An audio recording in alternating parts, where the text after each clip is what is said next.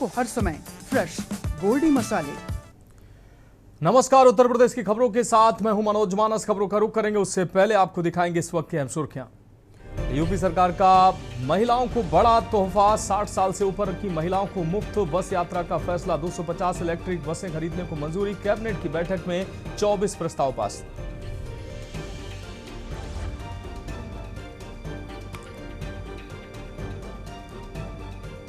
कृष्ण जन्मभूमि शाही ईदगाह विवाद पर हाईकोर्ट में सुनवाई। सभी 18 बिंदुओं पर कोर्ट ने दोनों पक्षों को सुना।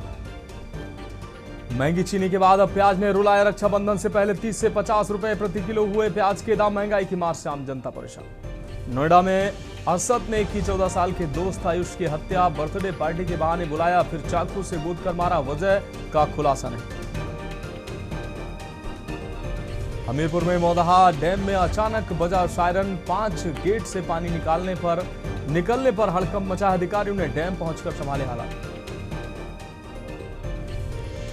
बुलंदशहर की कचहरी में लड़की पक्ष पर बरसे लात घूंसे। तारीख करने पहुंचे भाई की जमकर पिटाई। बीच बचाव में मां बहन से भी हाथापाई। आप देख रहे हैं के न्यूज, खबरों का सारथी। और अब खबरें विस्तार से। अहम खबर से बुलेटिन की शुरुआत करेंगे राजधानी लखनऊ से। अहम खबर, जहां उत्तर प्रदेश कैबिनेट की बैठक में 24 प्रस्तावों को मंजूरी दी गई है। परिवहन मंत्री दयाशंकर सिंह के मुताबिक 60 वर्ष से अधिक उम्र की महिलाओं के लिए लोक माता अहिल्याबाई मातृशक्ति योजना को मंजूरी मिली है। इसके तहत 60 साल से ऊपर की महिलाएं परिवहन निगम की सभी बसों में आजीवन निःशुल्क यात्रा कर सकेंगी। यात्रा के दौरान वोटर आई कार्ड या आधार कार्ड दिखाना होगा। सरकार के मुताबिक इस योजना से 1 करोड़ से अधिक महिलाओं को लाभ मिलने की उम्मीद है। वहीं परिवहन विभाग के 250 इलेक्ट्रिक बसें खरीदने के प्रस्ताव को भी मंजूरी दी गई है। 42 और 52 सीटर इलेक्ट्रिक बसों की खरीद पर करीब 425 करोड़ रुपए खर्च होने की जानकारी दी गई। 2022 के विधानसभा के चुनाव के समय माननीय मुख्यमंत्री योगी आदित्यनाथ जी ने अपने संकल्प पत्र में 60 वर्ष से ऊपर की माताएं बहनों के लिए निःशुल्क यात्रा के लिए अपने संकल्प पत्र में व्यवस्था किया था। आज प्रसन्नता है कि आज उस संकल्प पत्र को कैबिनेट ने पूरा किया है और उस योजना का नाम लोक माता अहिल्याबाई मातृशक्ति योजना के नाम से उन्होंने आज कैबिनेट से स्वीकृति दिया है। 60 वर्ष से ऊपर की सभी हमारी माताएं बहनें हमारे परिवहन निगम की सभी बसों में यात्रा के लिए निःशुल्क आजीवन अनुमन्य होंगी। ये बहुत बड़ा क्रांतिकारी कदम है और 2001 की जनगणना के आधार पर अभी 81 लाख हमारी जो 60 वर्ष से ऊपर की माताएं बहनें थी, जो कि 2022 की जनगणना एक अनुमानतः हम समझते हैं कि 1 करोड़ से ऊपर जो है इनकी संख्या हो गई होगी। ये सभी इससे लाभान्वित होंगी। हम लोग वोटर आईडी कार्ड और आधार कार्ड के आधार पर उनके उम्र का हम लोग जो है मूल्यांकन करेंगे और इसको माननीय कल मुख्यमंत्री जी कल आईजीपी में कार्यक्रम होगा।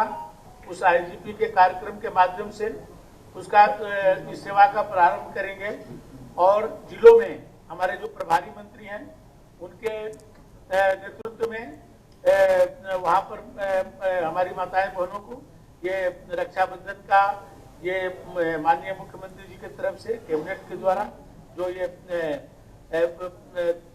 लोगों को ये उपहार दिया गया है। बढ़ेंगे अगली खबर की ओर। प्रयागराज से अहम खबर, जहां श्री कृष्ण जन्मभूमि शाही ईदगाह विवाद। सभी 18 वादों पर इलाहाबाद हाईकोर्ट में हुई सुनवाई। पुरानी एप्लीकेशंस पर बिंदुवार हुई सुनवाई। 18 सितंबर को होगी अब हाईकोर्ट में अगली सुनवाई।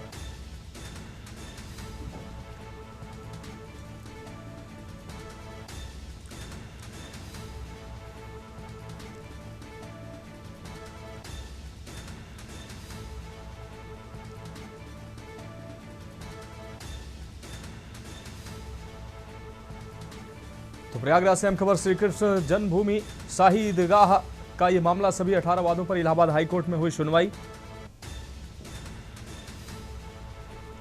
पुरानी एप्लीकेशंस पर बिंदुवार हुई सुनवाई। 18 सितंबर को होगी हाई कोर्ट में अगली सुनवाई। इस वक्त की अहम खबर आपको दिखा रहे हैं। प्रयागराज से अहम खबर, श्री कृष्ण जन्मभूमि शाही ईदगाह विवाद। सभी 18 वादों पर इलाहाबाद हाई कोर्ट में हुई सुनवाई।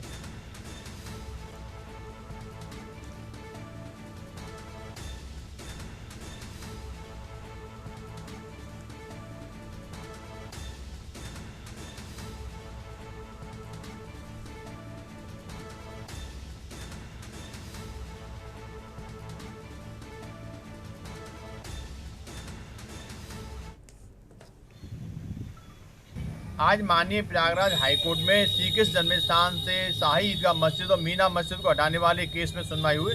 हिंदू पक्ष और मुस्लिम पक्ष के सभी अधिवक्ता मौजूद रहे। पुरानी एप्लीकेशनों पर चर्चा हुई, बिंदुवार तय हुए। माननीय न्यायालय ने दोनों पक्षों को सुनने के बाद में अगली सुनवाई के लिए 18 सितंबर की डेट लगा दी है।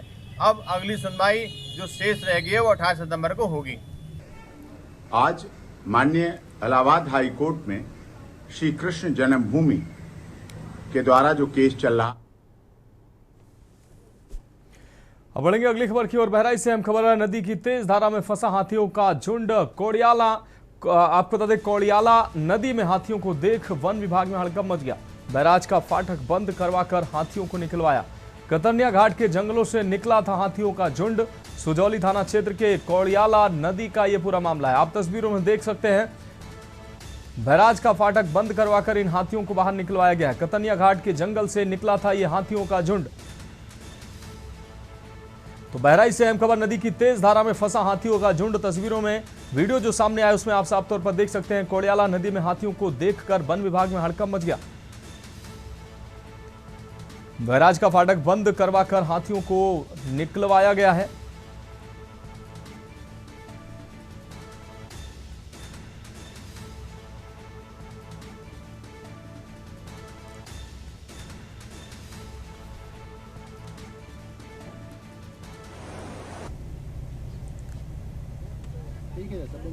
तो आज सुबह की ये घटना है जिसमें करीब हमको 10:30 बजे ये सूचना आती है कि कोड़ियाला नदी में कुछ हाथी बहते हुए दिखे हैं। तत्काल जब हम मौके पे पहुंचे हैं तो हम देखते हैं कि 3 जो एलिफेंट काफ होते हैं और 2 एडल्ट एलिफेंट्स नदी में बह रहे थे। जैसा कि आप जानते हैं इस वक्त नदी का फ्लो बहुत ज़्यादा है। घाघरा, ये जो घटना है ये कोड़ियाला नदी की है, जो घाघरा के अपस्ट्रीम में गिरजापुरी जो बैराज है उसके अपस्ट्रीम में ये नदी पड़ती है। और बहुत तेज फ्लो होने के कारण वो जो काव्स थे, जो कि एलिफेंट यूजुअली एक अच्छे स्विमर्स होते हैं। और अगली खबर औरैया से है। लगातार कार हादसों से हड़कंप मचा हुआ है। आपको बता दें, कंजौसी के बाद बिधूना में भी बेकाबू कार का तांडव देखने को मिला है।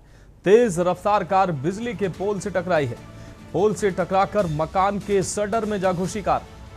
टक्कर के बाद इलाके में अफरा तफरी मच गई। एयरबैग खुलने से कार सवारों की हालांकि जान बची है। जोरदार टक्कर से पोल और मकान क्षतिग्रस्त हुआ है। लापरवाह ड्राइविंग पर खड़े हुए हैं एक बार फिर से बड़े सवाल।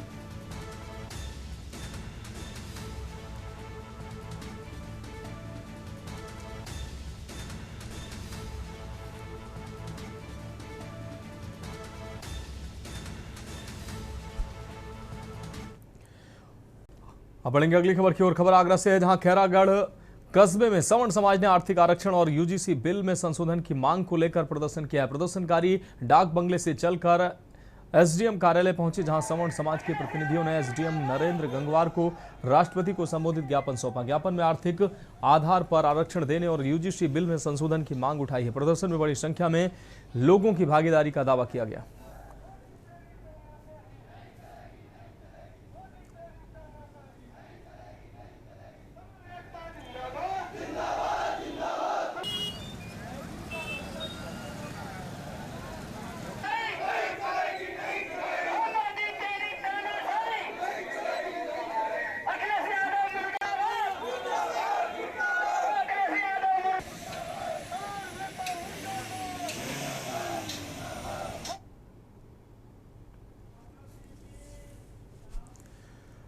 अगली खबर का रुख करेंगे जालौन में। उत्तर प्रदेश सरकार की ओर से युवाओं को रोजगार देने की दिशा में नियुक्ति पत्र वितरण कार्यक्रम आयोजित किया गया है। मुख्यमंत्री ने लखनऊ के इंदिरा गांधी प्रतिष्ठान से प्रदेश के 3,446 नव चयनित प्राविधिक सहायकों और मंडी परिषद के 126 मंडी सचिवों को नियुक्ति पत्र वितरित किए हैं। कार्यक्रम का जालौन में सजीव प्रसारण किया गया, जिसमें जिलाधिकारी राजेश कुमार पांडे, मुख्य विकास अधिकारी के सिंह, जनप्रतिनिधि और नव नियुक्त प्राविधिक सहायक मौजूद रहे। जनपद में 70 नव चयनित प्राविधिक सहायकों को नियुक्ति पत्र दिए गए हैं। आपको बता दें, नियुक्ति पत्र मिलने के बाद युवाओं में उत्साह नजर आया। अधिकारियों के मुताबिक नई नियुक्तियों से कृषि विभाग के क्षेत्रीय कार्यों को गति मिलेगी और किसानों तक कृषि योजनाओं, तकनीकी जानकारी और विभागीय सेवाओं की पहुंच और बेहतर होगी। माननीय मुख्यमंत्री जी द्वारा आज इंदिरा गांधी प्रतिष्ठान लखनऊ में कुल 3446 अभ्यर्थियों को नियुक्ति पत्र वितरित किए गए हैं। ये सब प्राविधिक सहायक हैं जो कि कृषि के क्षेत्र में अपनी तकनीक के द्वारा किसानों को जानकारी देंगे और उनकी जो समस्याएं हैं उसको हल करेंगे। दिन प्रतिदिन नवाचार के माध्यम से खेती को कैसे हम आगे बढ़ा सकते हैं, उपज बढ़ा सकते हैं, कैसे किसानों की आय दुगनी कर सकते हैं, ये था। अभी ये पद वैकेंट थे, लेकिन इसके भर जाने से काफ़ी तेज़ी आएगी। आज इसी क्रम में जनपद जालौन में भी 70 अभ्यर्थियों को जो है प्राविधिक सहायक को इनको नियुक्ति पत्र वितरित किए गए हैं। हरदोई की नई बस्ती में सपा कार्यकर्ताओं ने बढ़ती महंगाई के विरोध में सांकेतिक प्रदर्शन किया। सपा कार्यकर्ताओं ने प्याज की माला पहनकर और 20 रुपए किलो चीनी बेचकर सरकार के खिलाफ विरोध जताया। सपा नेता राम ज्ञान ने कहा कि महंगाई से गरीब मजदूर और छोटे व्यापारी सभी परेशान हैं। उन्होंने आरोप लगाया कि सरकार महंगाई पर लगाम लगाने में नाकाम है। चेतावनी दी कि अगर महंगाई पर जल्द नियंत्रण नहीं हुआ तो सपा व्यापार सभा आंदोलन करेगी।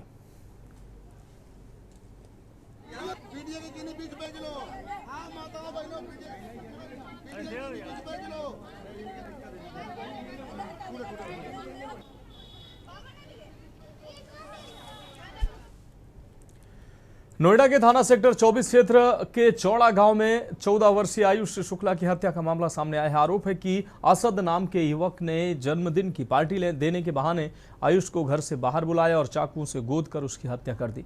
परिजनों के मुताबिक असद घर पहुंचा और आयुष की मां से खाना तैयार रखने की बात कहकर उसे अपने साथ ले गया था। आरोप है कि वारदात के बाद असद ने अपने दोस्तों से आयुष की हत्या करने की बात कबूल की। बेटे की मौत के बाद आयुष की मां का रो रो कर बुरा हाल है। फिलहाल पुलिस ने टीमें गठित कर आरोपी असद की तलाश शुरू कर दी है। पुलिस मामले की जांच में जुटी है।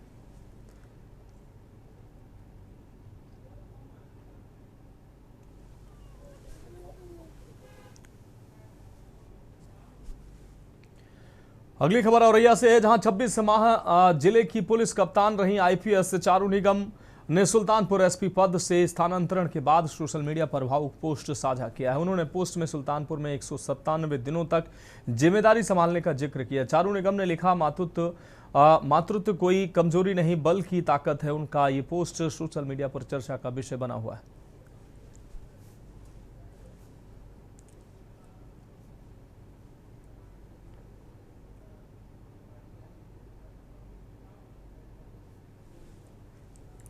बढ़ेंगे अगली खबर की ओर। खबर संभल से है, जहां रक्षाबंधन के मद्देनजर मिठाइयों में मिलावट रोकने के लिए जिला प्रशासन ने सख्ती शुरू कर दी है। जिलाधिकारी अंकित खंडेलवाल ने खाद्य सुरक्षा एवं औषधि प्रशासन विभाग को विशेष अभियान चलाकर मिठाई की दुकानों की जांच के निर्देश दिए। अधिकारियों को दुकानों का निरीक्षण कर मिठाइयों की गुणवत्ता जांचने और संदेह होने पर नमूने लेकर जांच के लिए भेजने को कहा गया है। जांच रिपोर्ट के आधार पर मिलावटखोर दुकानदारों और हलवाइयों के खिलाफ नियमानुसार कार्रवाई की जाएगी। प्रशासन ने कहा कि त्योहार के दौरान लोगों को सुरक्षित और गुणवत्तापूर्ण खाद्य पदार्थ उपलब्ध कराना प्राथमिकता है।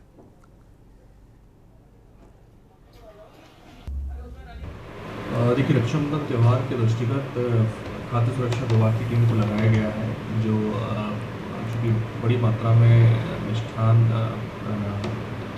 सामग्री का उपयोग होता है इस दौरान, तो किसी प्रकार की मिलावट की आशंका को देखते हुए एहतियातन चेकिंग के लिए लगाया गया है। तो जहाँ भी इस प्रकार की सामग्री मिल रही है उसको तत्काल संज्ञान लेते हुए आवश्यकता अनुसार नष्ट भी कराया जा रहा है।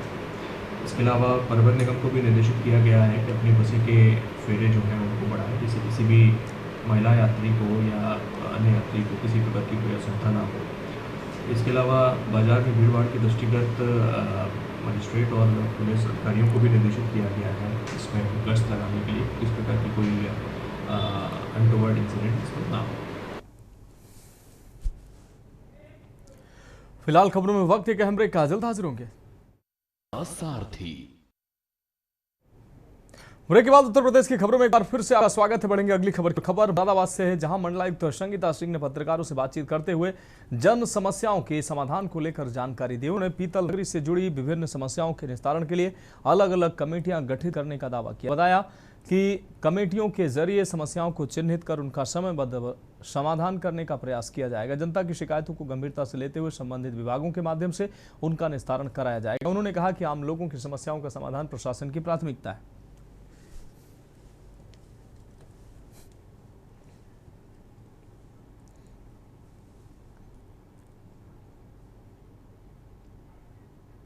मेरा सबको बहुत नमस्कार। प्राथमिकताओं में सबसे पहली प्राथमिकता जो सरकार की विभिन्न योजनाएं चल रही हैं उनको गुणवत्तापूर्वक ढंग से जनता तक पहुंचाना और उसका समाधान करना, पहली प्राथमिकता तो ये है।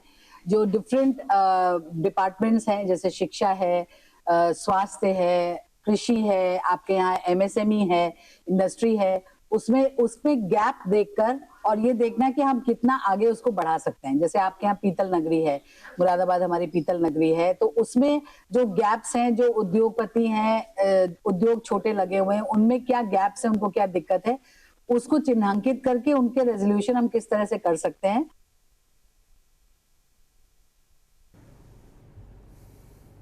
अगली खबर एटा से है, जहां जलेश्वर और सकरौली क्षेत्र में नलकूपों से कॉपर केबल चोरी की लगातार वारदातों से किसानों में आक्रोश है। और नगला, सुखदेव और नूहखेड़ा में 13 किसानों के नलकूपों से केबल चोरी होने की बात सामने आई है। किसानों का आरोप है कि करीब 20 दिन पहले भी 30-35 नलकूपों को निशाना बनाया गया था। लगातार चोरी की घटनाओं को लेकर पुलिस की रात्रि गश्त, थाना प्रभारी की कार्यशैली पर सवाल उठ रहे हैं।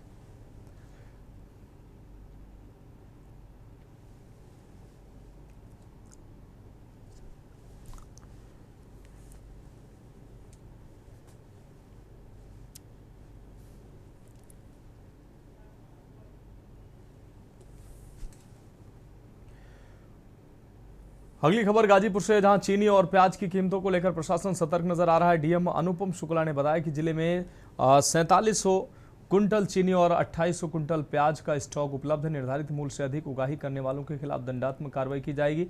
चेतावनी दी गई है। उन्होंने कहा कि चीनी 62 से 64 रुपये प्रति किलो और प्याज 2526 रुपये प्रति किलो से अधिक कीमत पर नहीं बेचा जाना चाहिए।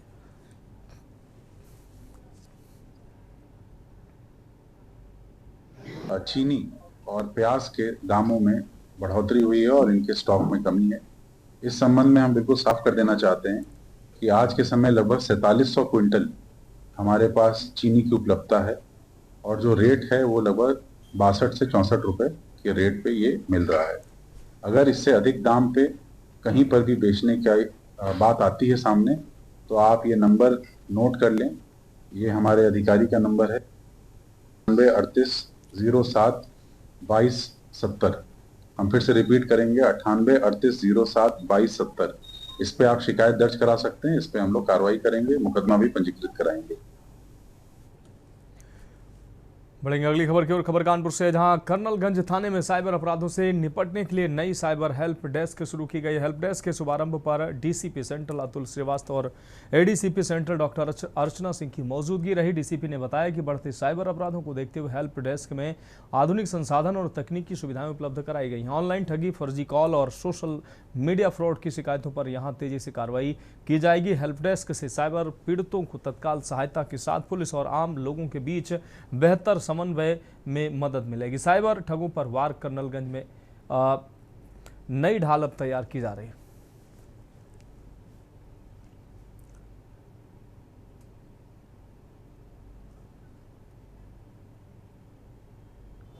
देखिए, रहनुमा ज्वेलर्स नाम के एक प्रतिष्ठान से जुड़े हुए कई लोगों ने कई व्यक्तियों के साथ धोखाधड़ी करके और उनसे उनके पैसे लिए, जेवरात वगैरह लिए और धोखाधड़ी करके ये भाग गए थे।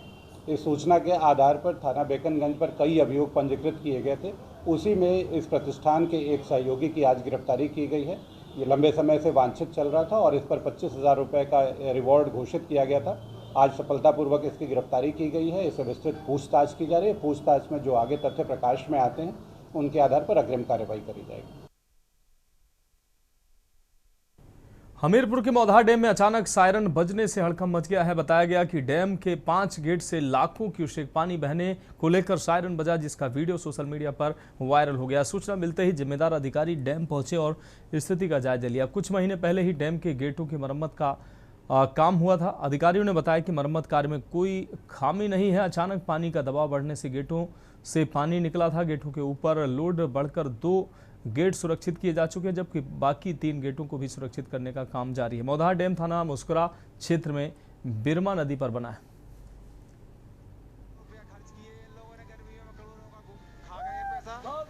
और कुछ नहीं हो पा रहा है।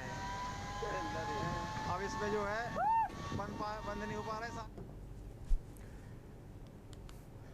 बढ़ेंगे अगली खबर की ओर। खबर एटा से है। आपको बता दें, जहां एसएसपी डॉक्टर इलामारन के निर्देशन और एसपी सिटी श्वेताब पांडे के पर्यवेक्षण में जैथरा पुलिस ने 3 आरोपियों को गिरफ्तार किया है। पुलिस के अनुसार आरोपी चोरी लूट की वारदात को अंजाम देने की योजना बना रहे थे। चेकिंग के दौरान पुलिस ने तीनों को पकड़ लिया है। पुलिस ने आरोपियों के कब्जे से 3 अवैध तमंची, जिंदा कारतूस, रस्सा, लोहे का सब्बल, हथौड़ा और मैक्स पिकअप बरामद किया। आरोपियों के खिलाफ आर्म्स एक्ट और बेनस की संबंधित धाराओं में मुकदमा दर्ज कर वैधानिक कार्रवाई की जा रही है।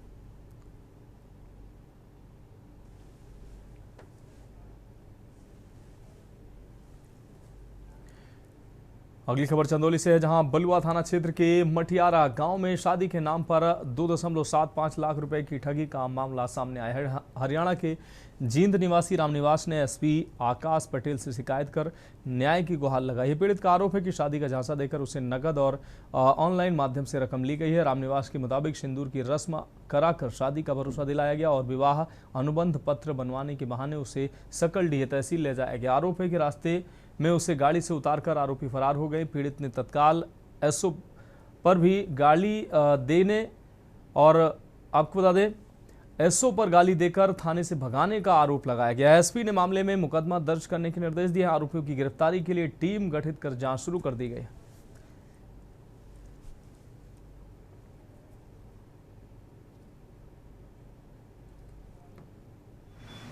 कार्यालय सर हम पहले भी 2 बार आ चुके हैं, आज भी आए हैं और मामला ये है कि शादी करवाने का झांसा दे करके मेरे साथ 2,75,000 रुपये की ठगी हुई है। मामला जनपद चंदौली के बलुआ थाना अंतर्गत गांव मटियारा का है और वहीं से सारी खरीदारी हुई है। लड़की भी दिखाई गई, घर में मांग सिंदूर किया गया, ऑनलाइन सब कैश पैसा लिया गया और जब वो हमें शादी के नाम पर मतलब रास्ते में गाड़ी में छोड़ के चले गए गाड़ी से उतार कर। उसके बाद क्या हुआ, मैंने थाना बलुआ गए, थाना बलुआ जा कर के थाना बलुआ प्रभारी अनु प्रताप जी से अपनी बात रखी, समस्या रखी और उन्होंने क्या रात को ही बिना लिखित शिकायत के दबिश दी और सुबह आके बोले कि इस मामले में कुछ नहीं हो सकता है। तो फिलहाल उत्तर प्रदेश की खबरों में अभी के लिए मेरे साथ इतना ही। मुझे दीजिए इजाजत और आप देखते रहिए के न्यूज इंडिया। गोल्डी मसाले लाए हैं फ्रेश लॉक टेक्नोलॉजी, जो रखे मसालों